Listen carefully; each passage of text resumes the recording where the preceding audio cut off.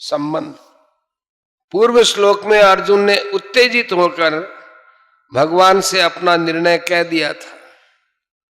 अब भगवद वाणी का असर होने पर अर्जुन अपने और भगवान के निर्णय का संतुलन करके कहते हैं, गुरु न हत्वा हि महानुभावान्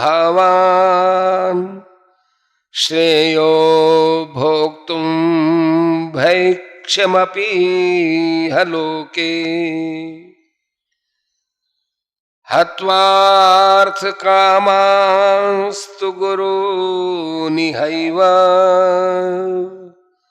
भुञ्जीय भोगान् रुधिरप्रदिग्धान्।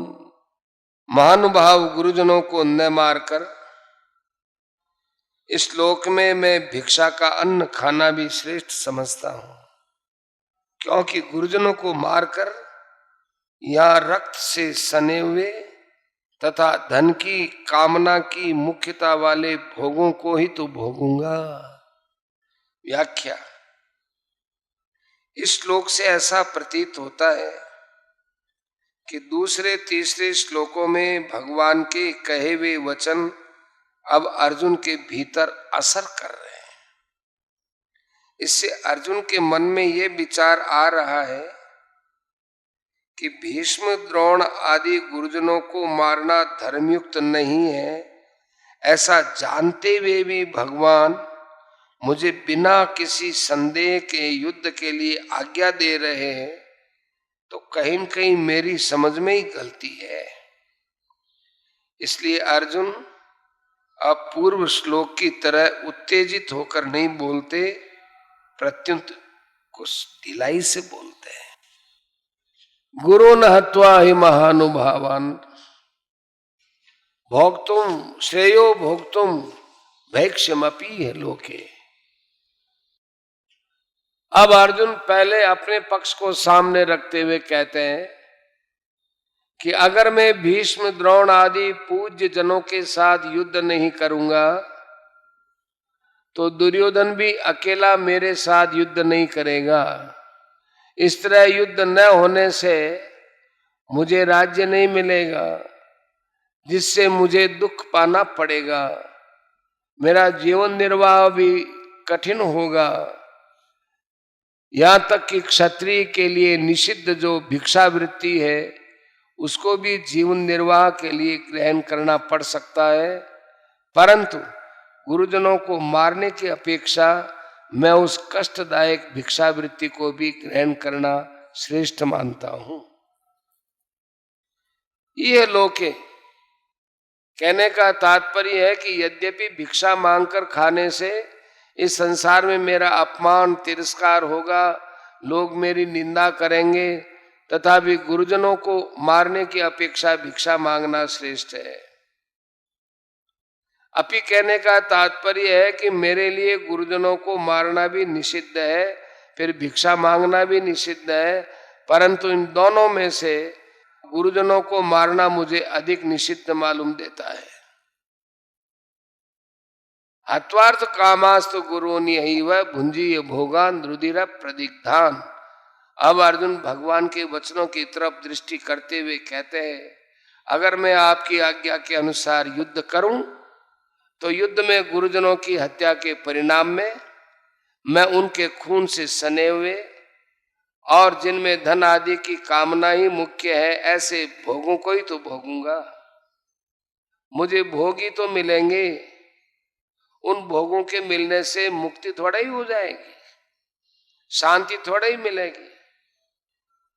यहां यह प्रश्न हो सकता है कि भीष्म द्रोण आदि गुरुजन धन के द्वारा ही तो कौरवों से बंधे थे, अतः यहां अर्थ कामान पदों को गुरून पद का विशेषण मान लिया जाए तो क्या आपत्ति है?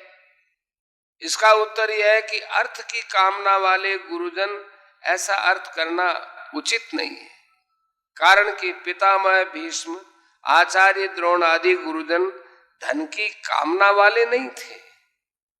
वे तो दुर्योधन के वृत्ति भोगी थे, उन्होंने दुर्योधन का अन्न खाया था। अतः युद्ध के समय दुर्योधन का साथ छोड़ना कर्तव्य न समझकर ही वे कौरवों के पक्ष में खड़े हुए थे। दूसरी बात, अर्जुन ने भीष्म, द्रोण आदि के लिए महानुभावान पद का प्रयोग किया है। अतः ऐसे श्रेष्ठ भाव वालों को अर्थ की कामना वाले कैसे कहा जा सकता है? तात्पर्य यह है कि जो महानुभाव हैं वे अर्थ की कामना वाले नहीं हो सकते, और जो अर्थ की कामना वाले हैं वे महानुभाव नहीं हो सकते। अतः यहां अर्थ कामान पद, भोगान पद का ही विशेषण हो सकता है।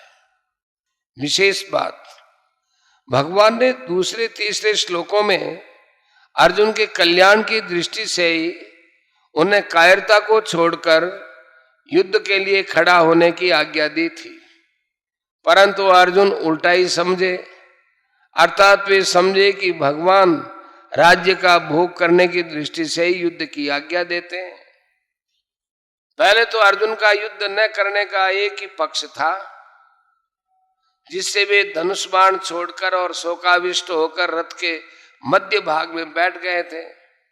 पहले अध्याय के 47वें श्लोक में आ चुकी है। परंतु युद्ध करने का पक्ष तो भगवान के कहने से ही बना है। तात्पर्य यह कि अर्जुन का भाव था कि हम लोग तो धर्म को जानते हैं, पर दुर्योधन आदि धर्म को नहीं जानते, इसलिए वे धन राज्य आदि के लोभ से युद्ध करने के लिए तैयार खड़े हैं। अब वही बात अर्जुन यहाँ अपने लिए ही कहते हैं कि अगर मैं भी आपकी आज्ञा के अनुसार युद्ध करूं तो परिणाम में गुरुजनों के रक्त से सने हुए धन राज्य आदि को ही तो प्राप्त करूंगा।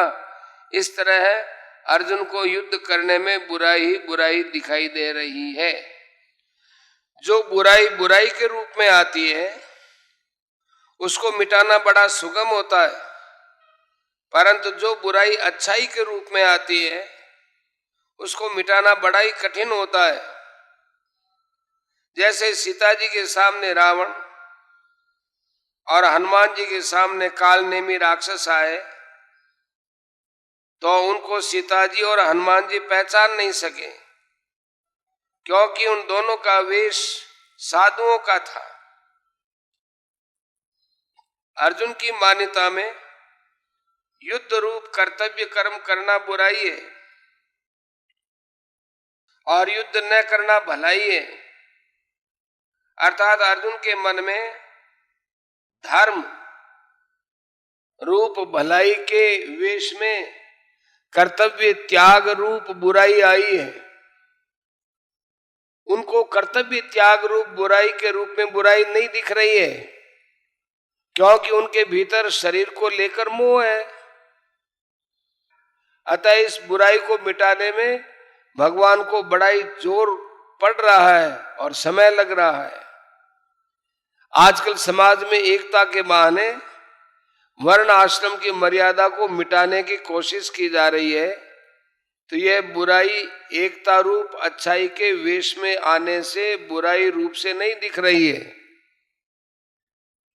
अतः वर्ण आश्रम की मर्यादा मिटने से परिणाम में लोगों का कितना पतन होगा, लोगों में कितना आसुर भाव आएगा, इस तरफ दृष्टि नहीं जाती।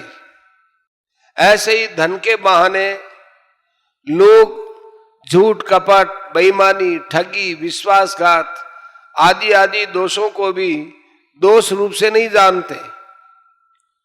यहां अर्जुन में धर्म के रूप में बुराई आई है कि हम भीष्म, द्रोण आदि महानुभावों को कैसे मार सकते हैं, क्योंकि हम धर्म को जानने वाले हैं। तात्पर्य है कि अर्जुन ने जिसको अच्छाई माना है वो वास्तव में बुराई है, परंतु उसमें मान्यता अच्छाई की होने से वो बुराई रूप से समझ में ही नहीं आ रही है। परिशिष्ट भाव, महानुभावान भीष्म, द्रोण आदि गुरुजनों का अनुभाव माने भीतर का भाव श्रेष्ठ है, शुद्ध है, क्योंकि युद्ध करते हुए भी उनमें पक्षपात नहीं है।